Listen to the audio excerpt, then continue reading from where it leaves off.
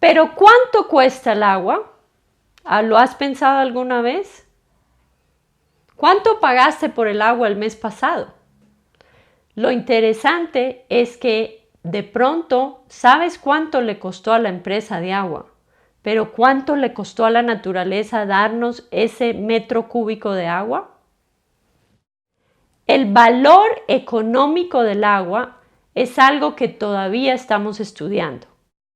Y claro, en la teoría y en el marco académico, el valor que le damos al agua o el precio del agua es lo que los economistas llaman el valor del uso directo. Y eso más o menos sabemos y se cuantifica pensando en lo que implica construir una captación de agua, un tubo, un tratamiento y de pronto una descarga a un río. En la mayoría de América Latina seguimos botando sin tratar el agua. Entonces, pero si pensamos cuánto nos cuesta para que un bosque, para que un glaciar, para que un humedal nos dé agua, porque nos implica pensar en las intervenciones de protección de eso. El caso es que el valor de uso indirecto, el valor de opción, el mantener un humedal funcionando, son todos valores que en la economía estamos aprendiendo a valorar y hacer. También hay valores de no uso, es decir, para algunas personas tener un bosque es el valor del legado que nos interesa o el valor de existencia. Todos estos son valores que van un poco de lo tangible a lo menos tangible y que la economía como campo de investigación ha ido evolucionando y ha mejorado para entender mucho mejor. El precio y el valor no es lo mismo. La mayoría de nosotros estamos pagando un agua súper barata si es que tenemos acceso a ella. Hay muchas personas que desafortunadamente no tienen agua segura. Pero ¿cuánto vale efectivamente el valor del agua? En el año 1997, por primera vez en la historia, se trató de cuantificar el valor de la naturaleza. Poniéndole precios económicos, Robert Constanza llegó a la cifra de 33 millones de dólares. En inglés, trillones.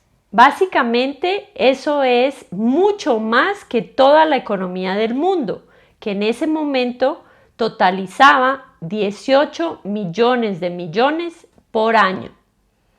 Sucesivamente se han hecho cuantificaciones y estos ejercicios no son solamente académicos, sino que comienzan a demostrarle a la gente lo que significa la naturaleza para todos nosotros y especialmente para la producción del agua.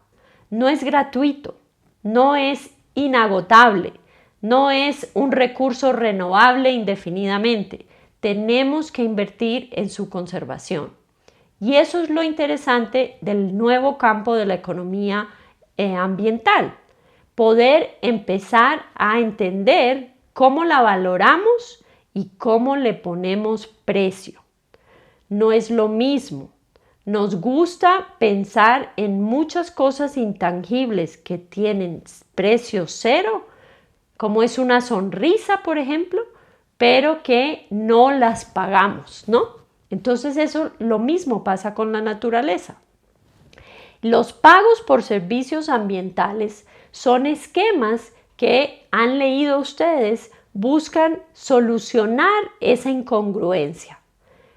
A través de unos precios poder empezar a reconocer un valor económico solamente. No vamos a hablar de la moralidad, no vamos a hablar de muchos otros temas que pueden ser muy interesantes, pero en este caso estamos tratando de que se reconozca que esa inversión tiene que ser suficiente para que haya una acción de parte del que está conservando el recurso.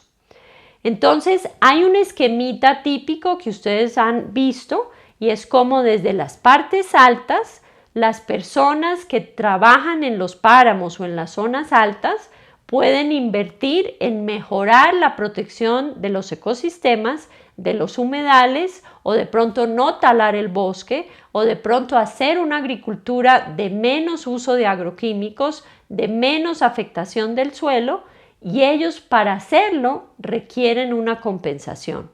Entonces los usuarios que están en las partes bajas en las ciudades pueden invertir en ello y pueden ayudar para que se tomen las acciones que se requieren para que se hagan las inversiones. Ustedes leyeron el documento de Wunder, que en el 2005 trata de aclarar qué es un sistema de pago por servicios ambientales.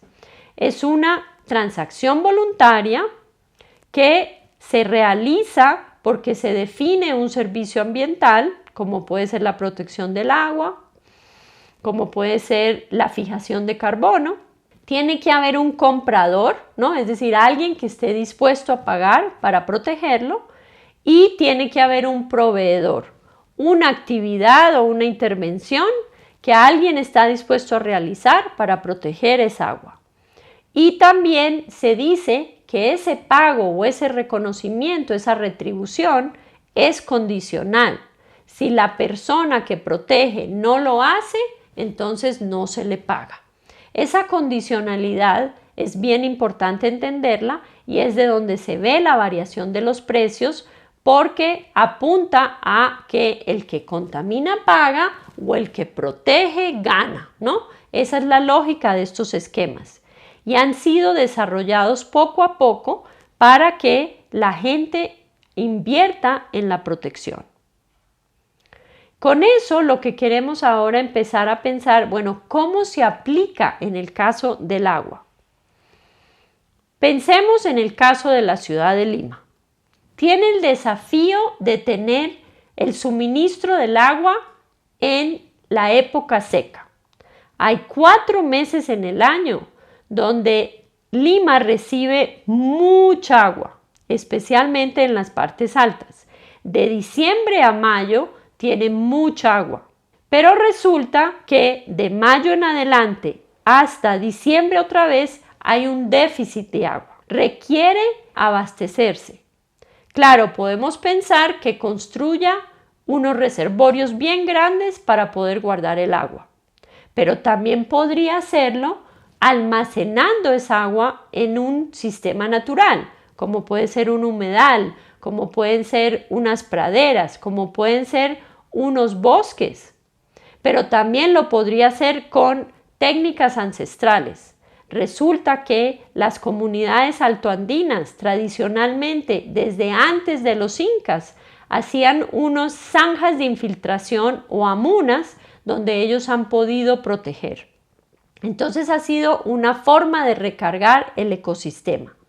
Y esto se ha cuantificado para entender exactamente cómo funciona y poder encontrar formas para mostrar cómo la infraestructura natural puede complementar la infraestructura gris. Y eso es un estudio que se realizó en Lima también, buscando mirar cuál es el efecto esponja que puede tener la infraestructura natural para proveer agua. Y se miraron las amunas, como pueden ver, hay una rentabilidad pequeña, es interesante. También una restauración hidrológica de los humedales también puede ser interesante. También se puede ver la exclusión de ganado en ciertas áreas que afectan las fuentes, también se pueden proteger. Y también tenemos el pastoreo. Entonces, el efecto esponja, ¿no?, de estas 4 medidas permite recargar el agua para que la ciudad tenga agua durante la época seca, y se calcula que eso es una reducción de un 135% del déficit de la ciudad. Entonces, la infraestructura natural puede ser una manera costo efectiva para complementar la inversión en infraestructura gris. Y aquí tenemos una gráfica que lista el costo por metro cúbico de diferentes medidas, tanto de infraestructura natural como de infraestructura gris. y nos indica que la decisión de una ciudad, de un ingeniero civil, de un manejador del agua, como quien dice, tiene que mirar tanto lo verde como lo gris. La infraestructura natural puede competir con la infraestructura gris y las ciudades tienen que mirar cómo, según su posición ante los ecosistemas, según sus condiciones económicas y sociales, la inversión en infraestructura natural puede ser mucho más competitiva. Especialmente cuando consideramos los beneficios ambientales y sociales de la infraestructura natural, podemos tener de pronto unas inversiones que son mucho más interesantes para los gerentes de las empresas de agua o para los decisores del manejo del agua en nuestros países. La infraestructura natural se complementa con la infraestructura gris y es una posibilidad muy interesante porque nos permite, a través de la cuantificación de los beneficios, sabiendo, ¿no?, el valor que tiene la naturaleza, hacer estas inversiones.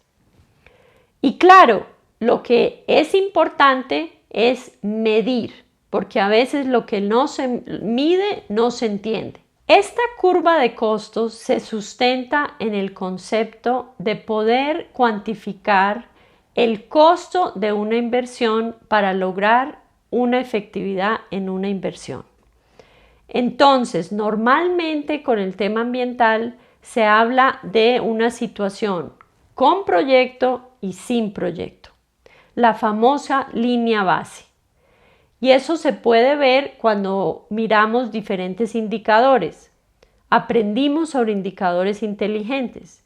Entonces podemos cuantificar, por ejemplo, la reducción de la emisión de CO2. Eso podemos mirar cuál es el beneficio con intervención y sin intervención. Esa reducción de impacto es el mejoramiento ambiental que logramos, que nos permite cuantificar su costo. Queremos saber la costo-efectividad de nuestra inversión, pero también queremos saber el beneficio o costo de un proyecto. Todos esos criterios económicos son muy importantes tenerlos presentes cuando diseñamos nuestros proyectos.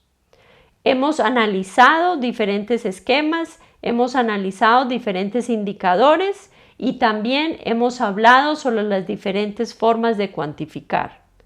Es un campo en crecimiento, es un campo en evolución, pero lo interesante es que ustedes, al diseñar sus proyectos de infraestructura natural, puedan comparar qué inversión es mejor la una del otro. Todavía tenemos una base de datos de información limitada, pero con el tiempo, en la medida que haya más inversiones naturales como las que hemos hablado, vamos a poder comparar. En el mundo de la infraestructura gris, esos costos se tienen muy claros. El metro cúbico de cemento se sabe cuánto cuesta y que el mano de obra, así sucesivamente, son todos factores de costo que se tienen muy claros. En infraestructura natural todavía estamos aprendiendo haciendo y eso es lo que nos cambia a veces la aceptación de uno versus el otro. Pero con esta información que hemos presentado, hemos mostrado cómo sí se puede ser riguroso y tener información robusta para tomar decisiones. En las charlas que están teniendo que complementan este video, van a entender mucho mejor diferentes formas de evaluar la costo-efectividad de una inversión o el retorno a la inversión de las intervenciones de infraestructura natural. Con esto cerramos el módulo 3 referente a la cuantificación económica para que entiendan en qué inversiones debemos de considerar competitivas. Ustedes han leído literatura sobre diferentes inversiones y vamos a seguir complementando de cómo unir estas piezas en un módulo posterior, siempre y cuando la normativa nos lo permita.